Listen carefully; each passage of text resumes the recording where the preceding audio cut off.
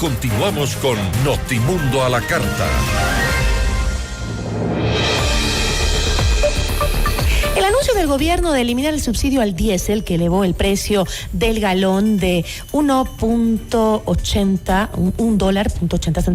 a $2.80, ha generado pues un intenso debate nacional, mientras el Ejecutivo calcula un ahorro fiscal de $1.200 millones aproximadamente al año. Sectores productivos alertan sobre impactos en el costo, inflación y el empleo. Al mismo tiempo, pues, algunos reportan una caída significativa en el consumo de diésel en zonas fronterizas donde el contrabando de combustibles era recurrente, lo que abre nuevas aristas económicas y sociales. Lo conversaremos con expertos.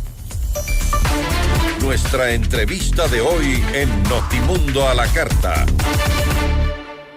Está con nosotros Jorge Guadalupe, él es vicerrector del Instituto de Altos Estudios Nacionales y docente de la Escuela de Economía Pública y Sectores Estratégicos. Economista, ¿cómo está? Muy buenas tardes, gracias por estar con nosotros. Muy buenas tardes, Gisela, gracias por la invitación.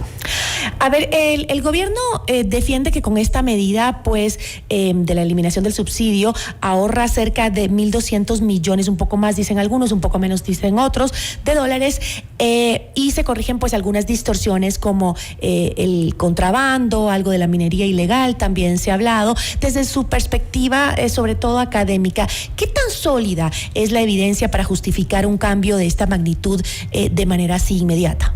Sí, a mí me parece que es sólida la evidencia. Primero, porque la primera distorsión que se corrige con este cambio básicamente es que el objetivo de tener un subsidio en política pública en cualquier parte del mundo es que este subsidio compense la falta de acceso a un producto, bien o servicio, qué sé yo, de parte de la ciudadanía o de cierta ciudadanía vulnerable.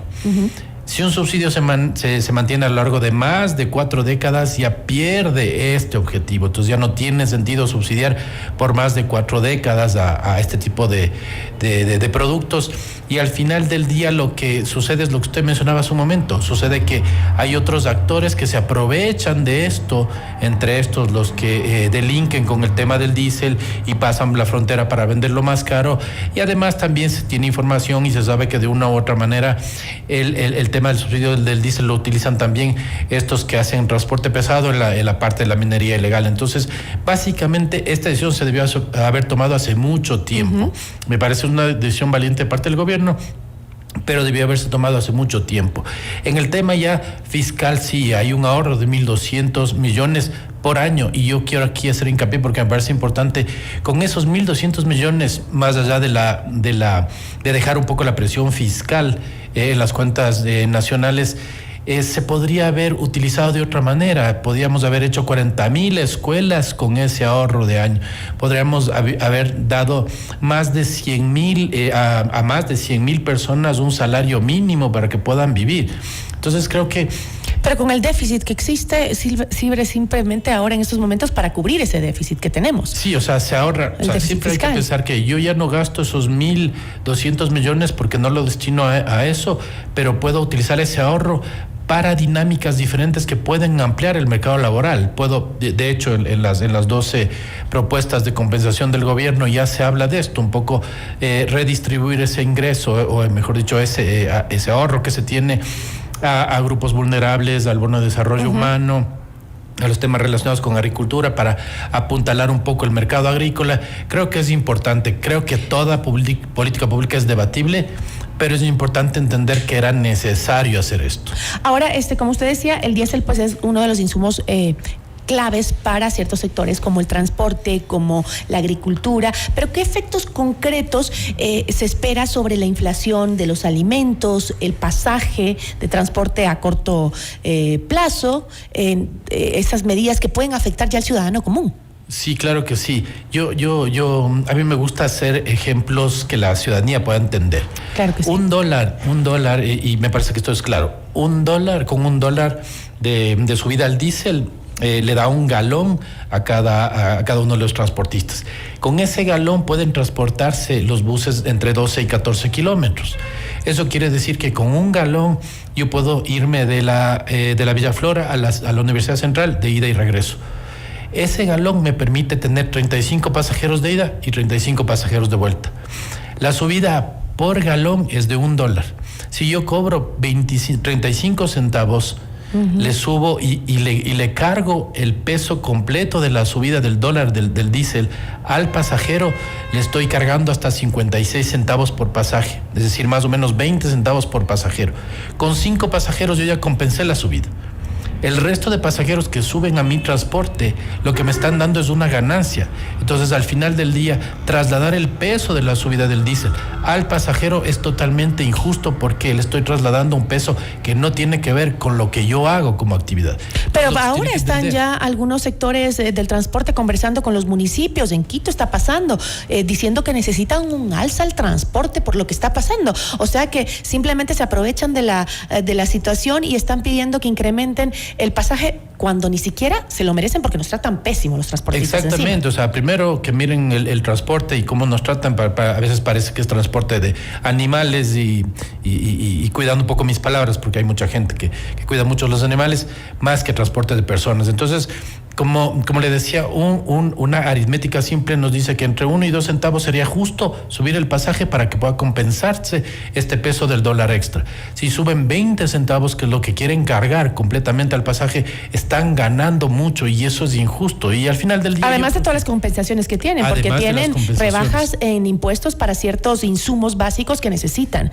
Exactamente, además de las compensaciones que ya están en el plan del gobierno y que implican entre $400 y $1,000 para cada uno de los transportistas. Esta es una cosa enorme. Entonces yo creo que ya es evidente, al menos a mi parecer, ya es evidente que esto ya no tiene sentido ligado a la justicia social.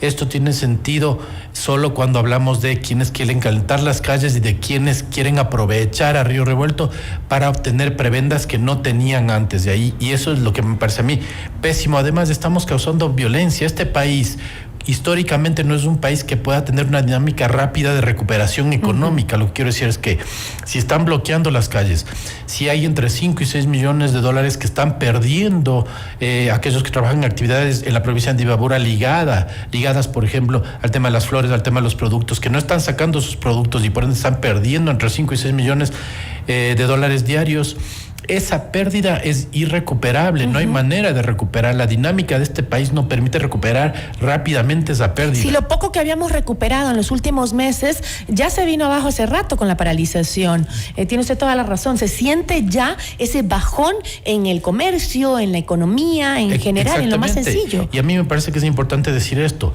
A ver, ¿a quién quiero, o mejor dicho, quién termina afectándose finalmente con el tema de las paralizaciones? Son las personas que no tienen el músculo financiero para poder amortiguar su situación económica. No están afectados los grandes empresarios y demás porque tienen músculo financiero. ¿Quiénes son?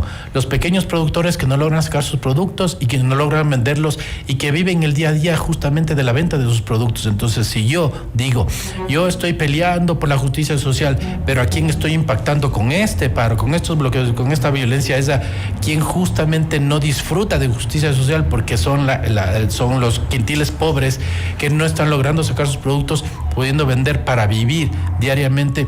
Entonces hay un problema en mi discurso. Yo no estoy peleando por ellos, estoy peleando por mí, por mi posición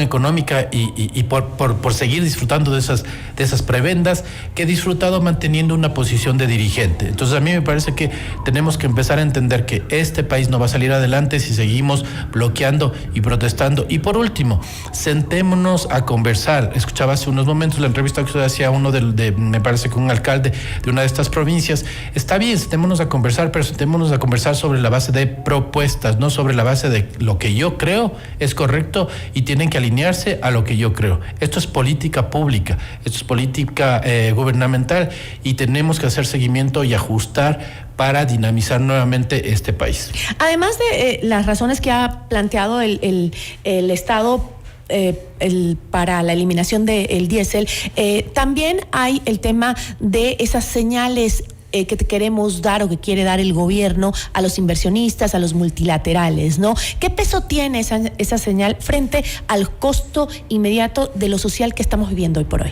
O sea, normalmente donde se miran este tipo de decisiones o donde se mira la afectación de este tipo de decisiones de llegar a paros, por ejemplo, generalizados, es en lo que se llama el riesgo país, que es básicamente la tasa de interés que nos cobran los agentes externos por darnos un crédito. Es como la tasa de interés que me dan a mí los bancos por darme un crédito, pasa por la capacidad que yo tengo para pagar y la capacidad que tengo para honrar mis deudas. El riesgo país es exactamente lo mismo a nivel país. Ahora, sí, los organismos internacionales que están abiertos a poder hacer créditos miran que puede haber una posibilidad de que ese crédito no se retribuya. ¿Por qué? Porque las calles están calentadas, porque eso implica que no está saliendo la producción, que no se está vendiendo la producción y por ende el gobierno no recoge impuestos porque no se vende la producción. Entonces es probable que el organismo que quiera prestar va a decirnos, mire, yo le voy a prestar, no le voy a prestar 100, le voy a prestar 20 porque yo no sé si usted me pueda retribuir. Y yo creo que es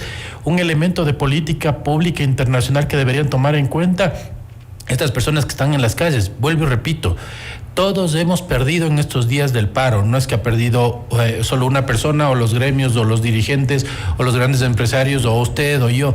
Todos hemos perdido y seguimos perdiendo mientras esto no se detenga. Ahora, para cerrar, sí me gustaría tocar el tema que yo decía en la introducción, el tema de la caída que ha tenido el promedio de consumo del diésel en aquellos sectores, provincias específicas en donde se registraba alto consumo de diésel porque, según decían las autoridades, pues ahí estaba el contrabando, ahí estaba el uso ilegal de ese subsidio hacia la minería ilegal, por ejemplo. Dicen que ha caído entre un 13.4% a nivel nacional y hasta un 25% en aquellas provincias que estaba mencionando, ¿no? ¿Cómo debemos interpretar estos datos que han sido muy utilizados en estos días por el Estado, por funcionarios públicos, que les oigo repetir y repetir lo que se ha logrado con la eliminación del diésel? ¿Es realmente una evidencia del éxito de la medida o es simplemente algo temporal de la coyuntura que estamos viviendo hoy? O sea, yo creo que es una evidencia de la medida en el sentido, mejor dicho, en el sentido de que nos dice, a ver, yo estoy afectando a los grupos que quería afectar. Si yo estoy afectando a los grupos que lo que hacían es no utilizar internamente el diésel, sino llevarlo para afuera, a mí internamente como mercado nacional no me afecta que dejen de llevarse el diésel. A quien le afecta que dejen de llevarse el diésel en el consumo es a los que estaban llevando para venderlo en Colombia y Perú. Pero a mí en el mercado nacional no me afecta porque no utilizaban el diésel que compraban para el mercado nacional, se lo estaban llevando. Entonces es una evidencia de que esto funcionó. Ahora, lo que hay que hacer en política pública siempre es el seguimiento constante de las acciones de política pública.